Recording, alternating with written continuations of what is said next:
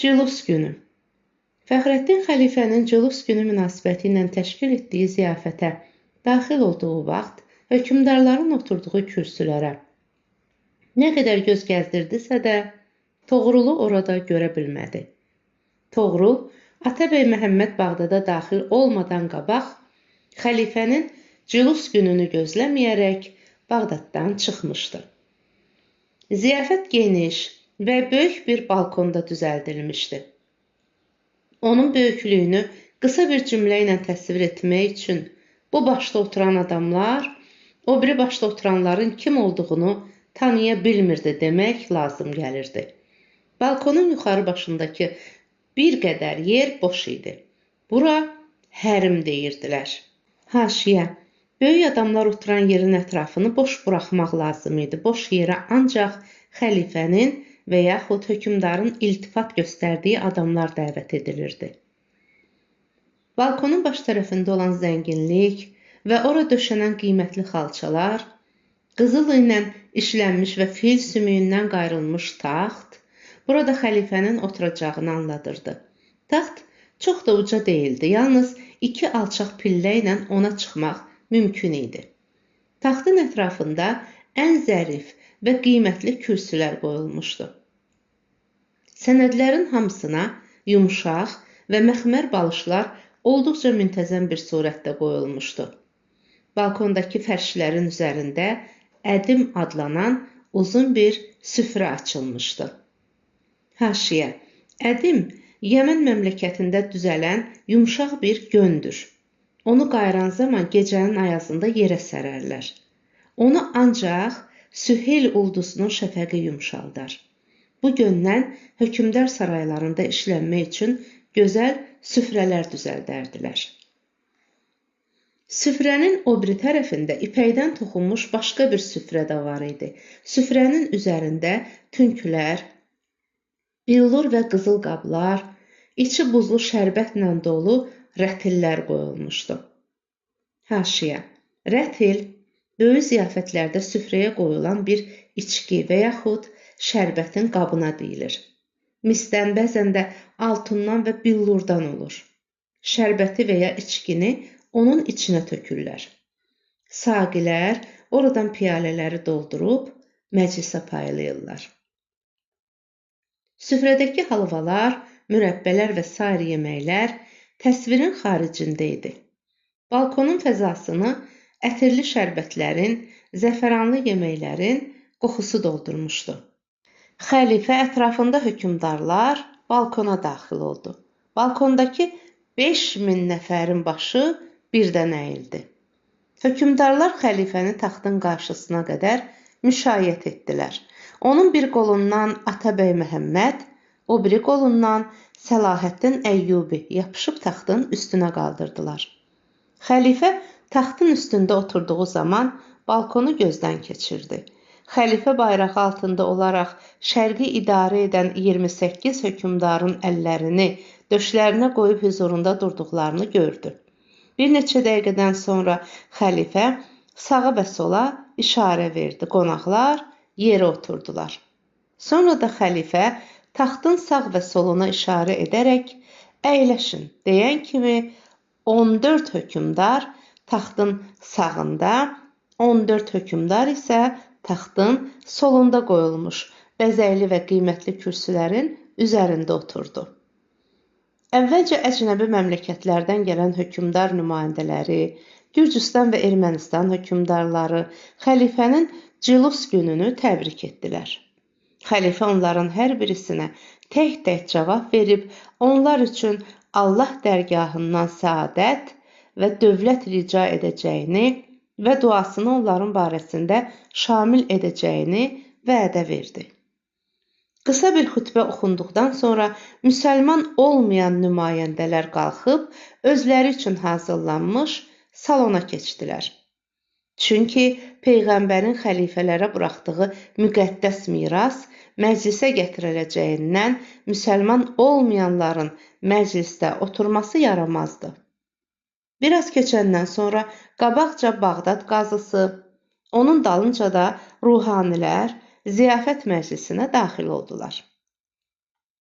Bütün qonaqlar, hökmdarlar, hətta xəlifənin özü də ayağa qalxdı. Cülus rəsmi başlandı.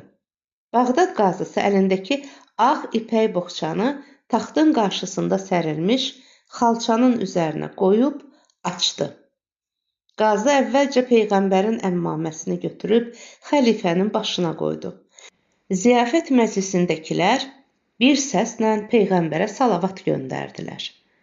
Qazı əlini boğçaya aparıb, ən adi bir qılınc götürüb, xəlifənin belinə bağladı və üzünü məclisə çevirib, İnna fətəhna ləkə fəthən mubina, dedi.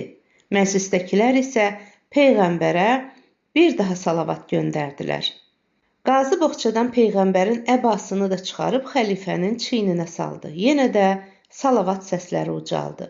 Qazı Məhəmmədin əqiq üzüyünü götürüb xəlifənin barmağına taxdı və sonra kiçik bir qutunun içərisindən Peyğəmbərin təsbihini götürüb öpdü və xəlifəyə verdi. Xəlifə əllərini göy tərəfinə qaldırıb dua oxudu və Allaha şükür etdi. Sonra Peyğəmbərə salavat göndərib, xəlifəliyini qəbul edib, müsəlman xalqını sülh və müsalimat içərisində yaşadacağına və İslamın qanunları dairəsində iş görəcəyinə and içdi. Bu anda 28 hökmdarın başı birdən xəlifənin önündə əyildi. Onlar da xəlifənin göstərdiyi yol ilə rəftar edib, İslam məmləkətlərini İslam dini əmrləri əsasında idarə edəcəklərinə and içdilər. Xəlifə taxtından enib getmək istərkən, hökmdarlar da onu müşayiət edərək məclisdən getdilər.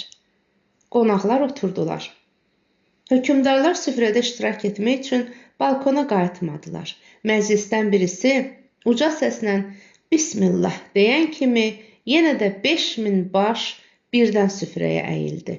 Yüzlərcə gözəl cariyə, əllərində əlvan yeməklər dolu xonçalar içəri daxil oldu. Yemək, içmək, sel su kimi süfrənin üzərinə töküldü. Fəxrəddin ancaq bu mənzərəni görəndən sonra Azərbaycan xalqının nə səbəbə ac qaldığını təyin etdi. 28 hökumətin ancaq bir nəfəri idarə etmək üçün qarət olunduğunu təyin elədi. Yedilər, içdilər.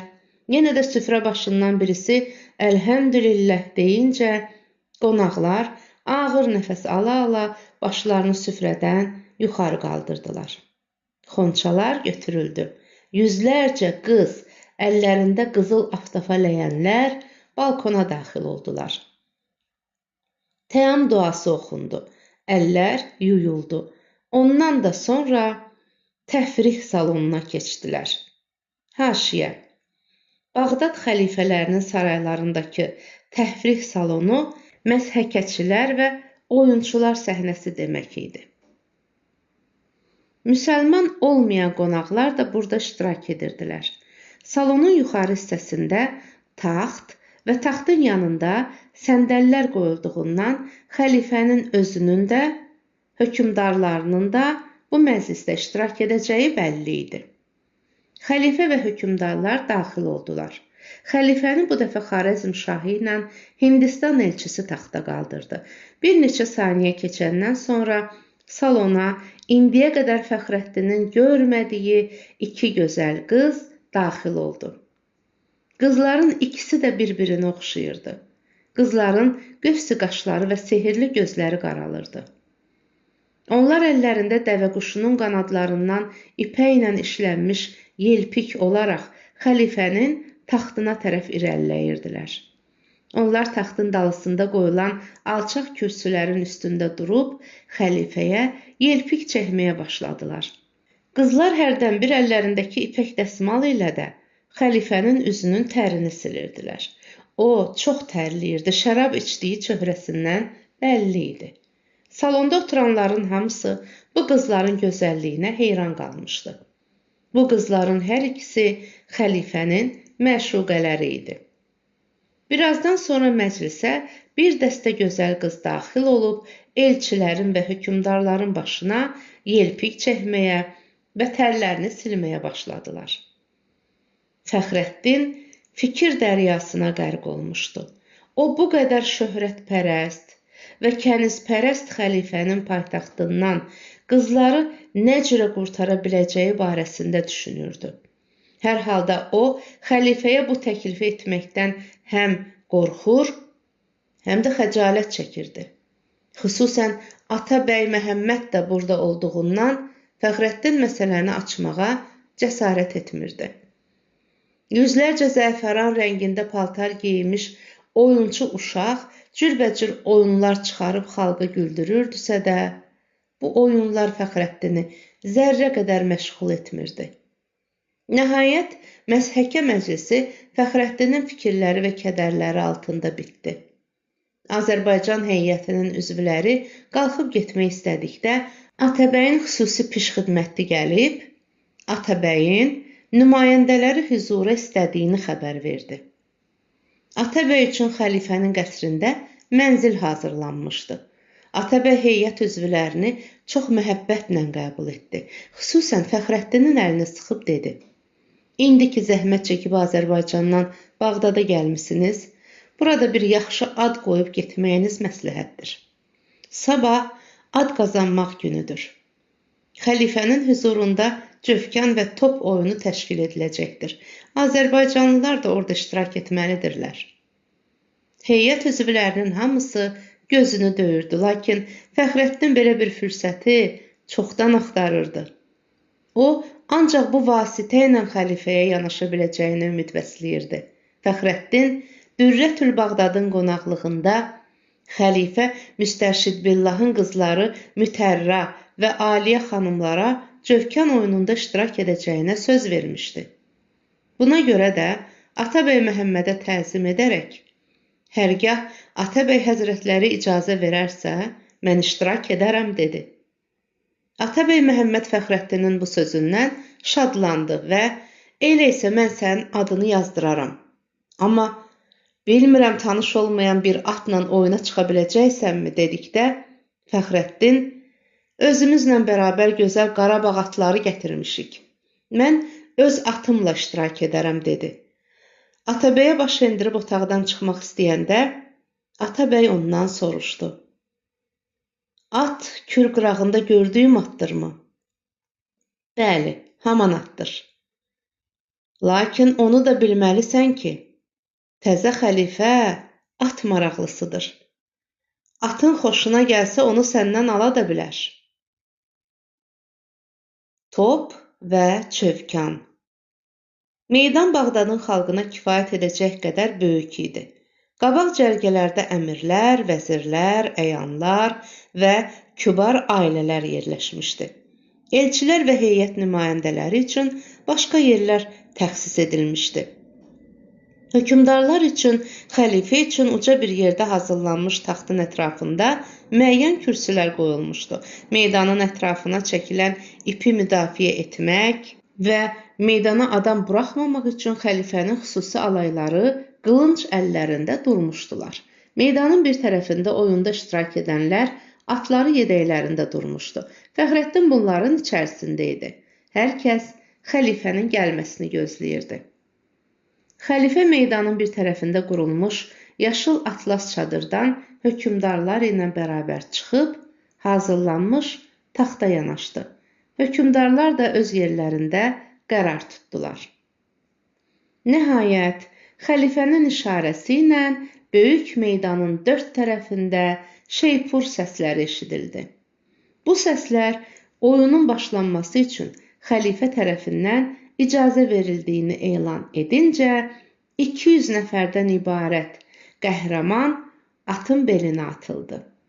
Əvvəlcə xəlifənin xasə alayının sərkərdəsi Übeydət ibn Həmra ildırım kimi birdən-birə meydana şığıdı. O, əyninə dar və qısa bir paltar geymişdi. Onun libası yaşıl olduğundan oyunun xəlifə tərəfindən açılmasına işarə idi. Übeydətin mindiyi ərəb atının dırnaqlarını görmək mümkün değildi. Übeydət böyük meydanı bir anda dolandı. Sonra meydanın ortasına şığıyaraq topu göyə atdı və çövkanla bir neçə dəfə vurub, havada fırladınca İrandan gələn heyətin nümayəndələrindən Divbənd meydana at saldı və bir çövkanla topu Übeydətin əlindən qapıb çövkanın burnunda fırlatmağa başladı. Bu zaman topa sahiblənmək üçün iştirakçıların hamısı meydana at saldı. Havada görünən çövkanlar oyun meydanında birdən-birə meşələr göyərdiyini xatırladırdı. Bir anda bu meşə görünməz oldu. Yüzlərcə at dırnaqlarından qalxan toz təbəqələrinin altında müsabiqə edirdi. Topu bir-birinin əlindən qapmaq üçün yüzlərcə pəhlivan meydanda qiyamət qopartmışdı. Qara paltar geymiş bir ərəb atlısı topu mənimsəyərək bütün atlılara meydan oxumağa başladı.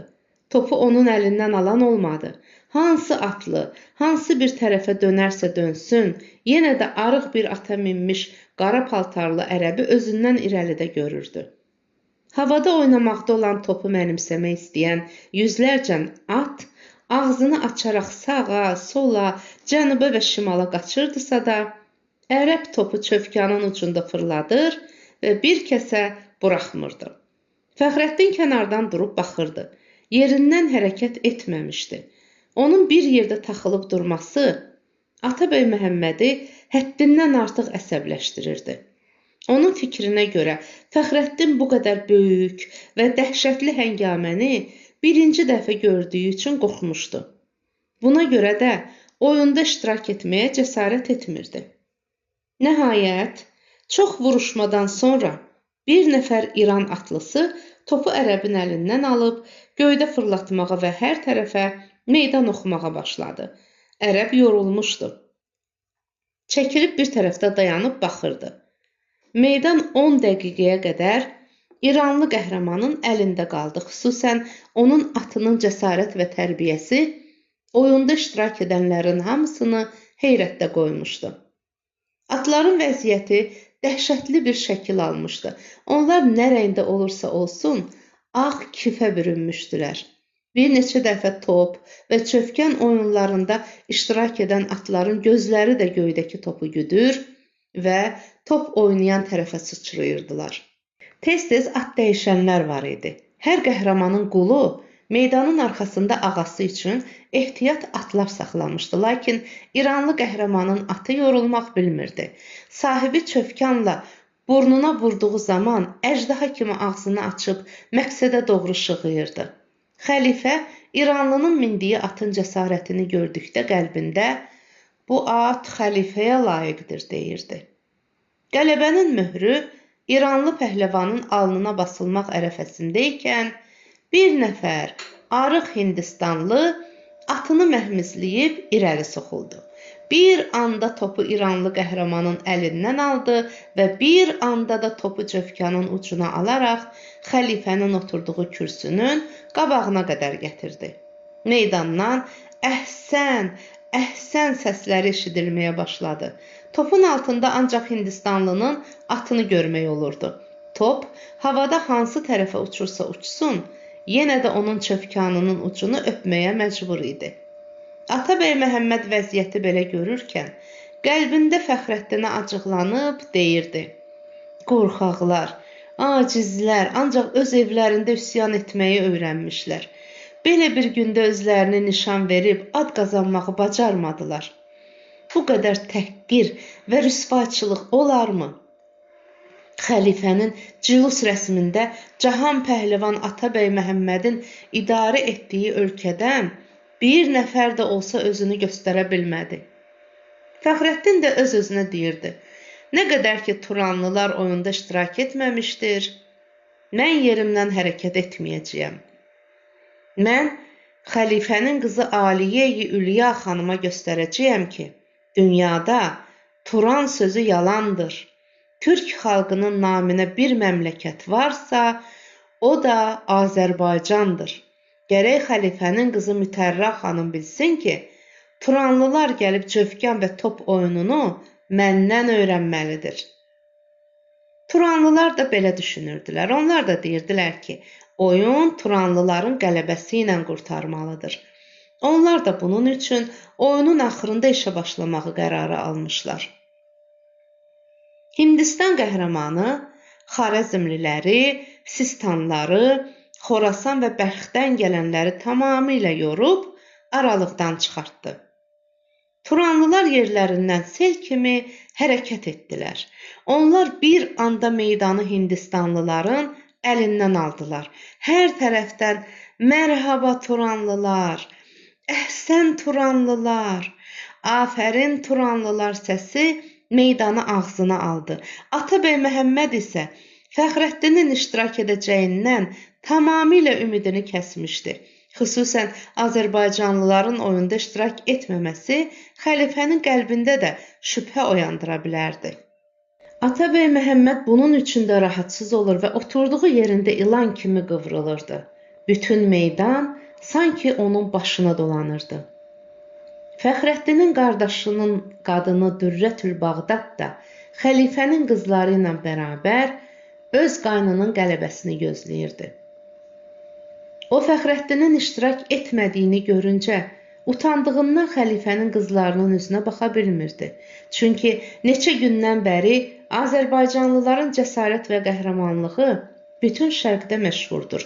Onların atabəylərinə əbəs yerə Cahan Pəhlivan ləqəbi verilməmişdir deyə xəlifənin qızlarına tərif etmişdi. Lakin Fəxrəddinin heykəl kimi quruyub durmasını görüncə, o xəcalətindən hönkür-hönkür ağlayırdı. Turanlılar meydanın tozunu göyə çıxarmışdı. Top, qalın toz təbəqələrinin üzərində fırlanırdı. Bu qədər yüksək bir qələbəni görüncə yenə də əhsən Turanlılar səsi ucaldı. Atabəy Məhəmməd isə yavaşdan hökmdar olsan da aciz, bacarıqsız bir xalqın yox, qəhrəman bir xalqın hökmdarı olmalısan deyə Fəxrəddinə lənət oxuyurdu. Xəlifə çox maraqlanırdı. Ümumiyyətlə xəlifələr bu oyuna çox həris idilər. Bu oyunda məharət göstərənlər xəlifələrin ən böyük mükafatına nail olurdu. Buna görə də xəlifə Turanlıların bu qəhrəmanlığını gördüyü zaman onlara verəcəyi mükafatın miqdarı haqqında düşünürdü. Meydanın ətrafında durub Turanlıların qəhrəmanlığına əhsən deyən minlərcə adamın diqqət nəzərini birdən-birə meydana şığıyan tək bir atlı özünə cəlb etdi.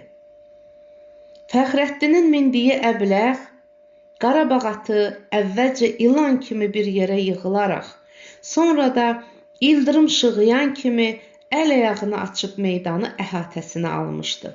Meydanda tamaşaya duran xalq, çox da böyük cüssəsi olmayan bir atın üstündə 25 yaşlarında uca boylu, gözəl bir gənci görüncə, bütün diqqətlərini gözlərinə cəlb edərək ona baxırdı. Atabəy Məhəmməd əbləğ atı meydanda gördüyü zaman bütün kədərlərini unutdu və Fəxrəddin haqqında düşündüklərini başından ataraq bir anda qəlbi 2 il əvvəl Kür qırağındakı gecə müharibəsinə qayıtdı. O zaman unudulmaz bir igidlik göstərən qəhrəman Fəxrəddini Bağdadın oyun meydanında gördü. Atabəy ancaq Fəxrəddinin əlindəki çövkana və havada oynayan topa baxırdı. Topu heç vəclə Fəxrəddinin çövkanından qurtarmaq mümkün değildi. Turanlılar bütün qüvvələrini meydana sürsə də, Qarabağ atının önünə keçməyi bacarmırdılar. Arabir Fəxrəddinin səsi eşidilirdi. O, Qarabağ atını səsləyərək, alaca, sağa dön, alaca, sola dön, alaca, geriyə çəkil, alaca, irəli yürü deyirdi. Əbləğ at meydanda topla bərabər fırlanırdı. Fəxrəddinlə Turanlıların vuruşmaları 1 saatdan artıq çəkdi. Atların hamısı hərəkətdən düşmüşdü. Əbləğ at rəqqasə kimi fırlanaraq xəlifənin nəzərini cəlb edirdi. O heç də öz hərəkət və qüvvətini itirməmişdi. Atabəy Məhəmməd yanındakı hökmdarlara tərəf dönüb tez-tez deyirdi: Azərbaycanlıdır, mənim ölkəmin qəhrəmanlarındandır. Bunların tarixi şöhrətləri vardır. Bunlar Midiya qəhrəmanlarının tarixi irsinə malikdirlər. Bu biri tərəfdən də Dürrətül Bağdad öz qaynının bu qədər böyük qəhrəmanlığını görərkən sevinir, və hönkür-hönkür ağlayırdı. Xəlifə Müstərşid Billahın qızları isə yanındakı kübar qadınlara tərəf dönüb tez-tez təkrar edirdilər. Bizim ən yaxşı tanışımızdır. Bir süfrədə yemək yemişik. Topu Fəxrəddinin çövkanından qurtaran olmadı. Turanlılar yorulub aralıqdan çəkilmişdilər. Fəxrəddin isə topu havada əlində saxlamaqla mübariz gözləyirdi. Əbləq atın burnunun fısıltısı dəmirçi kürəsi kimi səslənirdi. Qəti yürüş başlanırdı. Çövkan top oyununun qaydasına görə oyunun sonunda meydana ümumi hücum başlanmalı idi. Bu hücumda top hər kəsin əlində qalırsa, qələbə onun adına yazılmalı idi.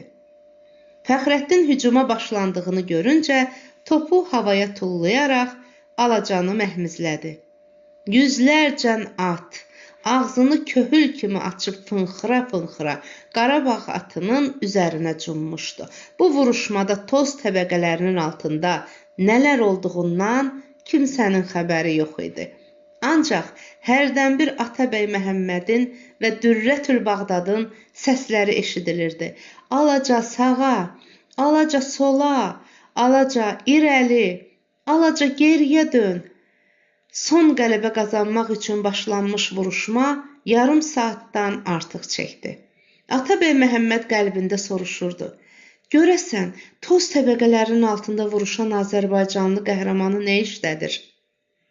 Bu sözləri xəlifənin qızları və Fəxrəddinin qardaşı qadını da təkrar edirdi. Şeypur səsləri dörd tərəfdən eşidildi. Oyun bitdi. Lakin toz təbəqələri öz qalınlığında davam edir, hər kəs oturduğu yerindən qalxıb topun kimin əlində qalmasının intizarını çəkirdi.